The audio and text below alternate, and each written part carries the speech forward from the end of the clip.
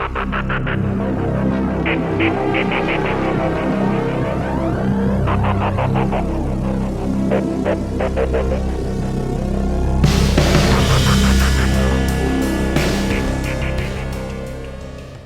everyone, welcome back to the channel. Today we're going to be taking a look at the Rising Force RF-L03 Hyena. This of course is their version of a somewhat large legend scale Dragstrip. He's pretty impressive, to be honest. For the third release from one company, they've made improvements along the way, and this continues to follow that trend. He looks pretty awesome in my opinion. So let's take a look. First, we're going to take a look at the accessories, and the only thing that he comes with is his purple blaster. Nicely sculpted. Nothing is really as far as waffling, but there's a little bit of detail in there. Taking a look at the figure, he comes packaged in all modes, so that's how we're going to start. But the yellow you see is just yellow plastic, but the mustard yellow is painted. So you've got the cockpit done in the yellow mustard. Nice red details coming down the stripes. Silver on the front. Looks really good. The engine is done in two shades of silver. More of a gunmetal for the headers and just regular silver for the top of the engine. Taking a look at the side. Black plastic for the wheels with silver paint on the inside. Now, looking at the front wheels, the back wheel is stationary. It doesn't move, but the front wheel does. There's the view from the back. Bottom cleans up nicely, to be honest. On the rear spoiler, you do have more of the mustard, yellow, and red. It actually looks and feels really good. Another improvement from the other two releases. But he does roll just fine, even though those two rear wheels are stationary. Here he is with the other two releases from Rising Force. The alt modes have definitely a realistic feel to them, which is pretty interesting. Here we have him with the Magic Square offering for Dragstrip. Definitely a little bit taller, a little bit bulkier. And what seems to be becoming tradition, here he is with New Age Jazz. As far as transformation, they've definitely done some interesting things. They've made it fun and different from what we've seen before, even from other companies. So let's take a look. So the first thing you want to do, and sometimes it does pay to have a spudger nearby, but you want to bring the hands down on either side.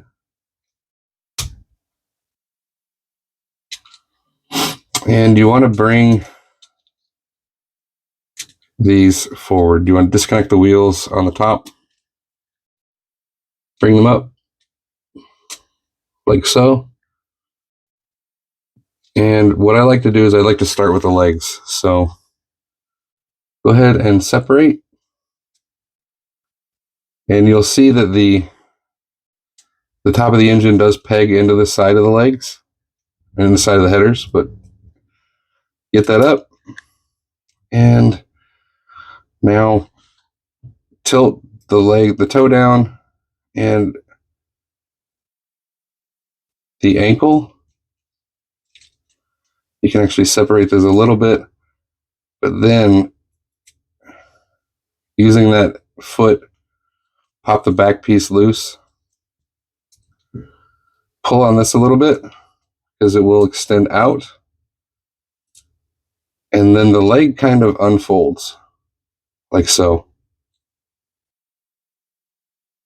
We want to bring the knee to where it pivots here, bring it to where it's on the front of the leg like that, and you can see the two pegs that go into the slots on the side of the legs. Push that in, line up the peg on the back with this flap, pop it in, And there's one leg done. It's pretty interesting. I actually like it. So we'll show that again. Pivot using the foot. Pull that back panel loose. Swing it around. Pull the side of the leg out. And unfold forward. Bring that knee joint up.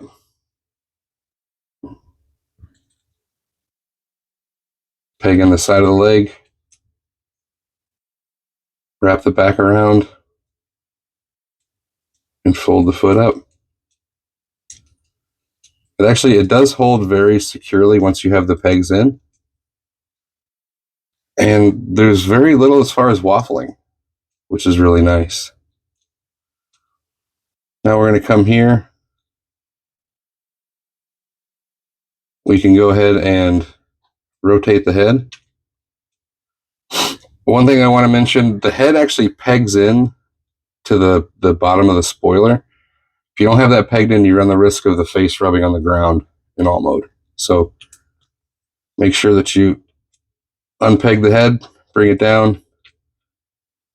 Now this is a little bit scary at first because it's a painted joint, but you do want to bring it down, and these fold up like so.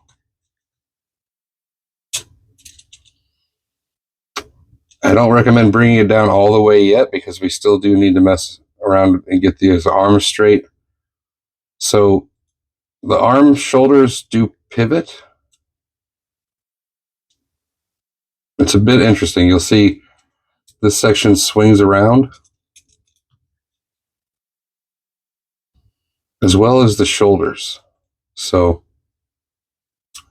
bring it around, and the shoulders, they're on ball pegs, so don't worry about that.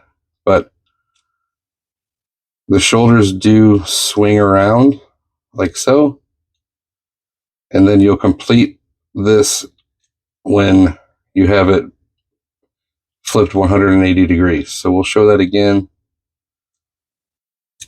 180 degrees, flip this. Now bring the arm panels down and rotate the hand. You'll want these pegs out.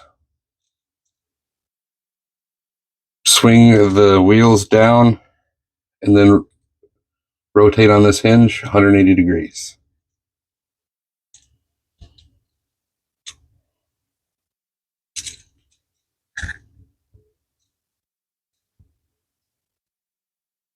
And there we have the arms done.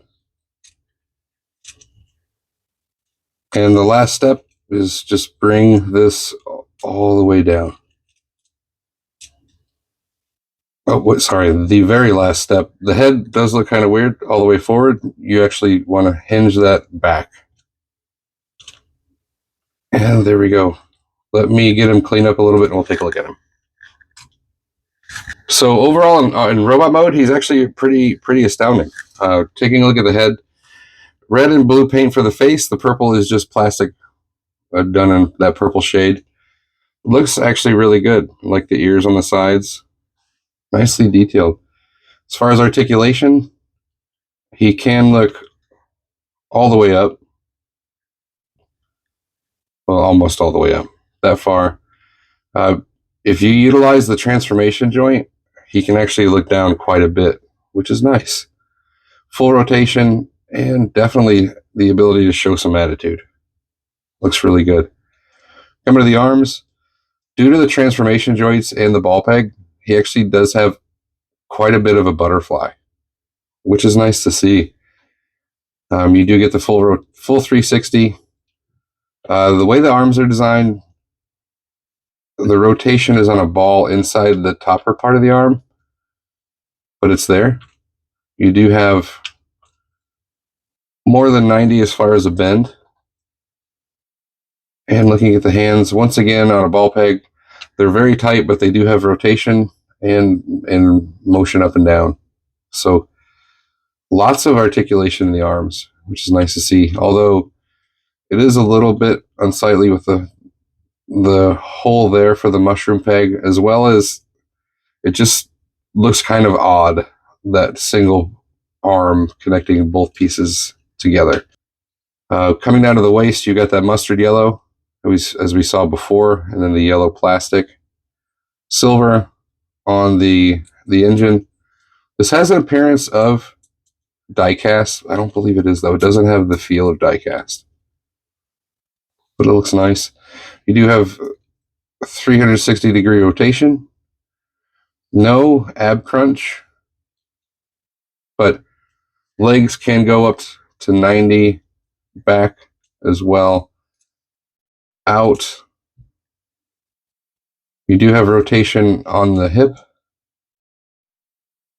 You have a tad more than 90 on the knee bend.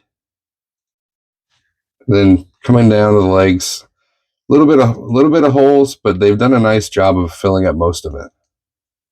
That's a bit unsightly on the inside of the thigh, but I think we can give them a pass for that.